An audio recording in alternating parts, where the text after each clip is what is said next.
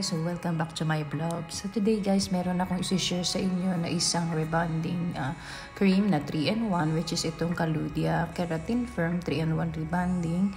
So ito yung kanyang pouch, so wala siyang box. Ayan guys, kung makikita nyo, napakasimple lang ng kanyang lalagyan. So ito naman ang gagamitin natin, Botox Refresh Treatment by Biolis. So ayan guys.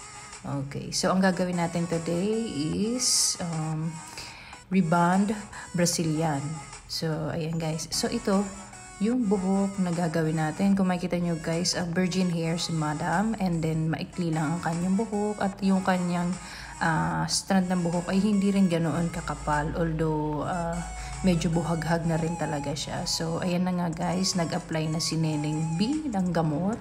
At ayan, so malapit na siyang matapos. So, binabad namin siya guys ng 1 hour kasi medyo matagal mag-process yung buhok ni Madam. Gawa nung hindi tayo naka-room temperature, medyo malamig yung setup ng aircon. So, kailangan nating mag-adjust doon sa time ng pagbababad. So, after nyan guys, ng aming pagbabanlaw, after 1 hour, binlow dry lang na, shinampo namin siya guys ha.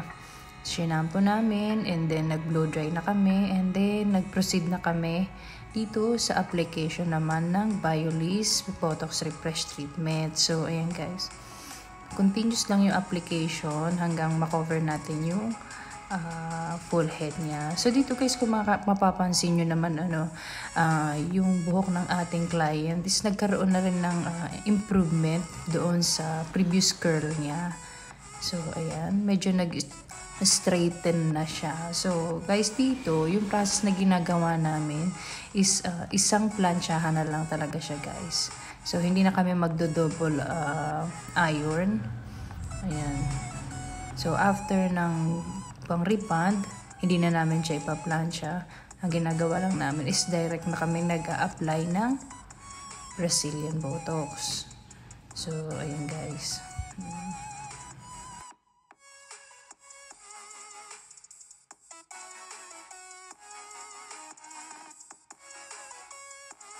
So, dito guys, yung Caludia Keratin Firm, medyo may matapang yung amoy niya, although yung kanyang consistency is sobrang kapal niya.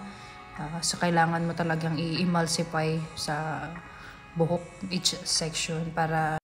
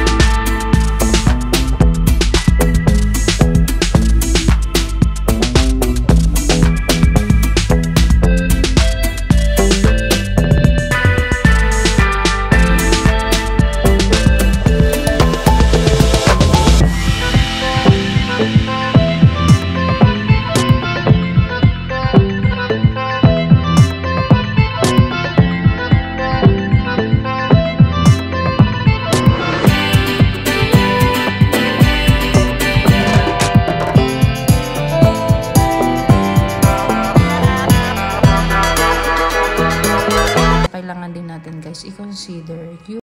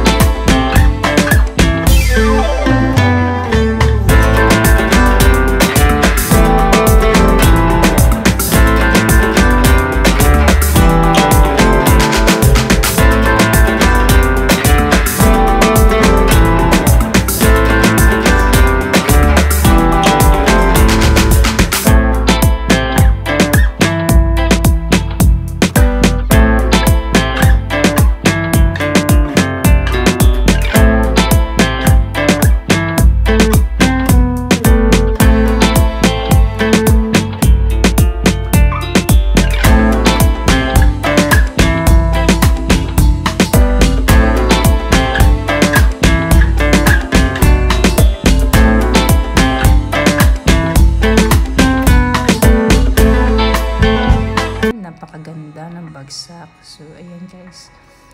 So, pwedeng na itong basain ni Madam later or even tomorrow. So, applicable siya sa one day wash. So, ayun guys. So, see you again to our next vlog.